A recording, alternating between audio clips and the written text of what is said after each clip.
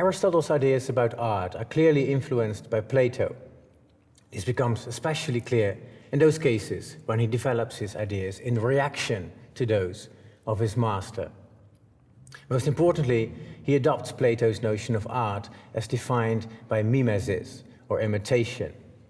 But whereas Plato saw all the crafts as mimetic, Aristotle argues that only art has a mimetic character. Remember, for Plato, all crafts are based on the imitation of an original form and thus presuppose a primordial kind of knowledge, or truth, which he calls the idea. Since art does not have this knowledge, its imitations are only simulacra. Art, then, is the lowest of the crafts, and except for morally or politically useful art, should be banned from the city. For Aristotle, by contrast, art is a craft that is more or less equal to the other crafts, and it is distinguished precisely by its mimetic function. Art, for Aristotle, is the only mimetic craft. Moreover, imitation also means something different. For Plato, mimesis means the repetition or mirroring of something original, something that is already given. Aristotle, however, emphasizes the productive function of mimesis, which lies in its aspect of the mimical, such as we know it from the English word pantomime. The mimical is the means by which an actor represents and brings into light something typical and striking about human life in general.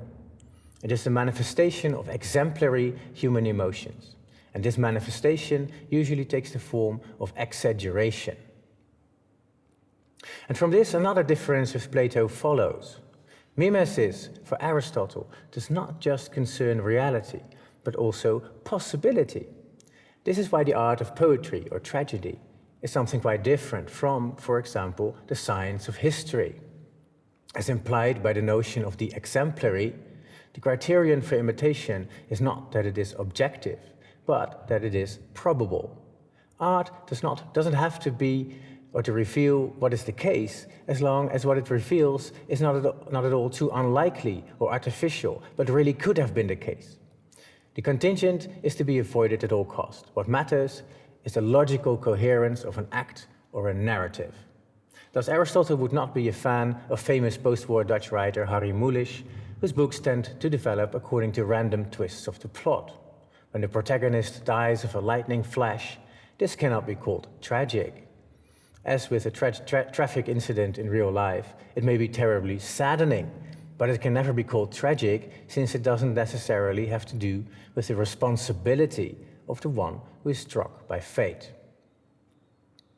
Another important deviation from Plato is that Aristotle actually finds in art a cognitive function. Art does not deceive us, precisely because to the extent that it imitates the exemplary and the probable, it communicates something about general human life. The forms it produces through imitation are just as real as what is imitated, and for this reason, the artist does not have to become a philosopher in order to be able to teach us. For Aristotle then, and this is crucial, art is irreducible to philosophy, or rather, art expresses a fundamental human need. Every human, according to Aristotle, has the natural capacity for imitation. Just as we derive pleasure from actualizing our capacity to gain knowledge, we experience pleasure both when we actively mimic something, but also when we passively enjoy the products of imitation.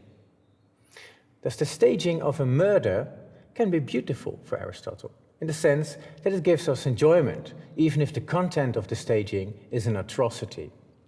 It is not a threat to the moral integrity of our souls, but first of all, a natural tendency that finds its aim in itself. Thus, with Aristotle, we already find the first attempt to safeguard a kind of autonomy of art. Of course, this autonomy is far from the modern l'art pour l'art. For Aristotle, art still serves the highest aim in life, a life in accordance with intellectual and moral virtues. But this cognitive educational optimization of our capacities is nonetheless already an important difference with respect to Plato. And even if art doesn't improve our moral lives, we can still say that it is good from an artistic perspective, that is, from the perspective of a craft that can legitimate itself according to its own criteria for judging whether something is well made or not. Now, what does Aristotle mean by art? Like Plato, he mainly focuses on poetry. He is the author of the Rhetoric, a book which has had enormous influence on our classical understanding of art and style up to the 18th century. But his best-known treatise on art is the Poetica, in which he sets out his theory of tragedy. Plato had a particular disgust for tragedy. He saw it as symptomatic of the political crisis in Athens. Aristotle, however, thought that tragedy was the most adequate genre for teaching us about the challenges and responsibilities that the citizens of Athens were facing with the new democratic experiment and with its entrepreneurial economy. Tragedy, after all, deals with the risks of political life, especially with the choir as a public forum where the heroes have to account for their actions. This is why some tragedies have the form of a court case, in which it has to be decided whether the main figures are guilty or not. As we already saw with the example of the staging of murder, say Oedipus killing his father, art enables us to derive pleasure from the experience of very serious emotions such as pity and fear. And this is the essence of tragedy for Aristotle. It mimics actions that trigger such emotions with the spectator who identifies with the tragic hero. And this again takes skill and knowledge, both of political and moral circumstances of the hero and of the psychological makeup of the spectator. This is why for Aristotle, the tragic poet is not at all a manic artist, but has to be a craftsman. However, it is important to note that what is typical in tragedy, the exemplary, that this is not so much the character of the protagonists, but rather that it applies to their actions, or rather, those actions that are typical of certain characters in typical circumstances, especially those circumstances in which the protagonists are confronted with a sudden stroke of bad luck. What matters is that these actions are structured according to a plot or a narrative. For if tragedy is to convey a cognitive or general content, it is not enough to watch as the hero suffers. Rather, the plot must reveal to us why this is necessary. That is, that it is through their hubris, their overconfidence and ignorant pride that the heroes, even when they are of high, albeit not perfect moral standing, cause their own demise. Now, Aristotle, who wrote far more about tragedy, some decades later from Plato, approached tragedy from a completely different angle. Plato was really a speculative thinker. Aristotle was far more a practical thinker. And he wrote his Poetics, which is a book about the tragedy, which is not really a speculative essay, but it's more like an how-to-do book. Now, how to write a good tragedy. Of course, you have to know what tragedy is. You have to define or more or less circumscribe what it is. But he does that in the book, giving advice about what to do, what not to do. And there was a good reason why he did that, because tragedy was on decline, as a matter of fact. And there was it was keenly felt in Athens too that the epoch of the great writers, Sophocles, Euripides, and Aeschylus, three whom we still have tragedies, was over. So when he explains how to do it, it's almost like written for a producer, something like that. You have to make clear, but he does not do that in a speculative way. It's everything that's ascribed to Aristotle about this is what Aristotle thought about tragedy is more or less derived from his practical advices of what you should do or what you should not do. And his advices are very simple in certain ways. For example, he says, well, you know, a tragedy has to tell a story, and it has to be one story. You don't have to mix all kinds of stories together. It has to have a beginning and an end. There has to be a point, and then what is the main point of a theatre play like a tragedy?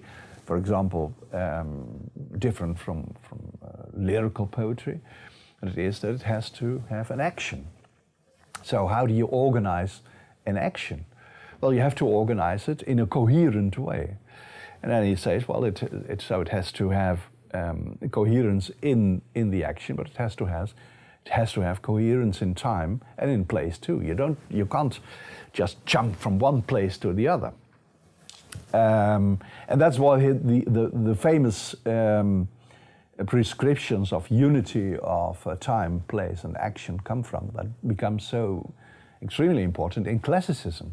Not so much in Aristotle's time, but especially in classicism, so that we are in the 16th, 17th, perhaps even 18th century, where you find masterpieces from Racine, for example, where he follows to the letter these prescriptions, which I think from Aristotelian point of view are more or less suggestions about, well, don't overdo it with mingling different stories. Don't overdo it with jumps in time, etc. Aristotle says that the finality of tragedy is catharsis. What does he mean by that, and how does catharsis relate to the socio-political context of the tragic? Well, the interpretation of the word catharsis, which pops up several times in this book, but in the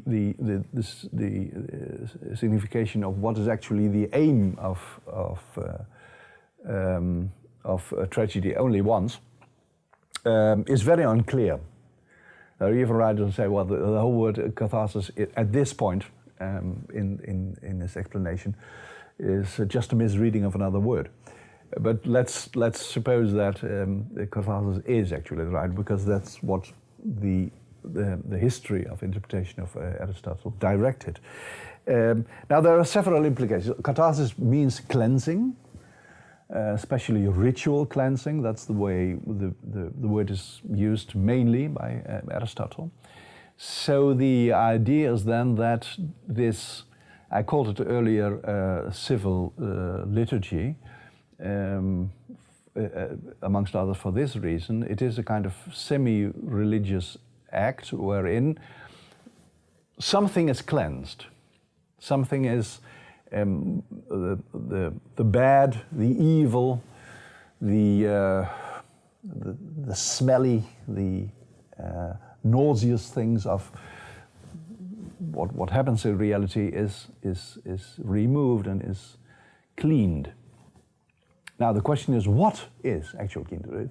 What Aristotle says there is very concise, like most of his books, which are mainly annotations by him, or either himself or his pupils. So he does not explain that. He has a certain explanation in his Politics at a certain moment, where he talks about music. And he says, well, the soul is cleansed by music, the soul of a person who is, for example, very... there's a lot of anxiety in the soul. Well, music can calm him down. So that's a lot of interpretations take that from another book as meaning the same thing in Poetics, a cleansing of the soul. So now, if I am madly in love with someone and I hear a cheesy love song on the radio, which helps me in a way, which triggers me, which makes me feel good or more excited, or maybe give me relief, is that a form of catharsis? I don't know, because the cleansing would perhaps be rather to remove the frenzy of love and to bring you back to your senses. And this is one of the problems of the word catharsis in this interpretation too, in regarding tragedy, because what happens in tragedy is, of course, there's a very cruel, violent situation that is not shown on stage, but it is told or it is suggested, with normally a very sad end, the death of the hero. The ultimate aim of tragedy, besides making us learn about the responsibilities of public life, is, Aristotle says, catharsis, the cleansing of our soul, its purging of pity and fear. First, a tragic play drives us into a kind of ecstatic frenzy, making our hearts heavy. But because we realize it is a matter of imitation, it also reconstitutes us as wholesome individuals and thus heals the soul. Because of this play with our emotions, catharsis is what makes tragedy more than just an intellectual exercise. It is also the vulgar form of art that Plato despised. As a purging of extreme emotions, it is perhaps not so different from the Roman gladiator games, or public executions, or even Hollywood movies. But at the same time, for Aristotle, more perhaps than for us, it is absolutely essential that tragedy is first of all ennobling and contributes to the good life.